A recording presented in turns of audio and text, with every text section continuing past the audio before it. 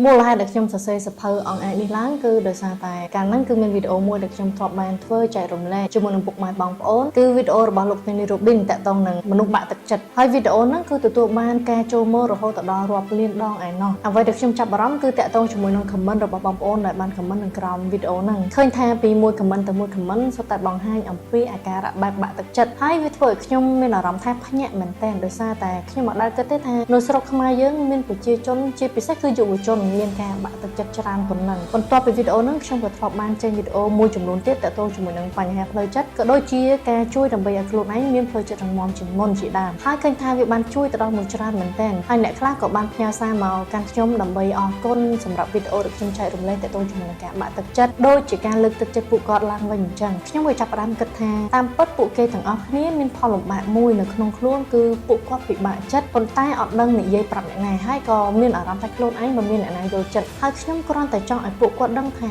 ពួកគាត់ទាំងអស់គ្នាសុទ្ធតែមានតម្លៃអត់គួរបាក់ទឹកចិត្តអត់គួរមើលងាយទៅលើខ្លួនឯងមើលងាយទៅលើសមត្ថភាពនិងអ្វីដែលខ្លួនមាននោះទេអញ្ចឹងហើយខ្ញុំក៏បានសម្រេចចិត្តសរសេរសៀវភៅអង្គអាចនេះឡើងគឺដើម្បីជាការលើកទឹកចិត្តនិងបង្ហាញទៅដល់មិត្តអ្នកអានគ្រប់រូបឲ្យបានឃើញថាមនុស្សគ្រប់រូបគឺសុទ្ធតែមានតម្លៃដរាបណាយើងគិតល្អយើងនិយាយល្អធ្វើល្អពេលនោះយើងគឺនៅតែជាមនុស្សល្អយើងនៅតែមានតម្លៃជានិច្ចខ្ញុំចង់ឲ្យពួកគេកាត់បន្ថយសម្ពាធដែលពួកគេដាក់ទៅលើខ្លួនឯងរួមទាំងសម្ពាធដែលសង្គមបានដាក់ចំពោះពួកគេផងដែរឈប់បាក់ទឹកចិត្តហើយកសាងជំនឿចិត្តលើខ្លួនឯងឡើងវិញជីវិតរបស់យើងគឺយើងជាអ្នកជ្រើសរើសបើសិនជាយើងកំពុងតែរស់នៅក្នុងជីវិតមួយដែលយើងមិនពេញចិត្តយើងអាចផ្លាស់ប្ដូរបានយើងអាចជ្រើសរើសរស់នៅក្នុងជីវិតមួយដែលយើងប្រាថ្នាចង់បានវិញឲ្យតែយើងមានការតាំងចិត្តជីវិតមួយដែលពោរពេញទៅដោយភាពអវិជ្ជមានរឿងមិនល្អជាច្រើនតែការផ្លាស់ប្ដូរនៅផ្នត់គំនិតនិងជំនឿរបស់យើងអាចផ្លាស់ប្ដូរជោគវាសនារបស់យើងបាន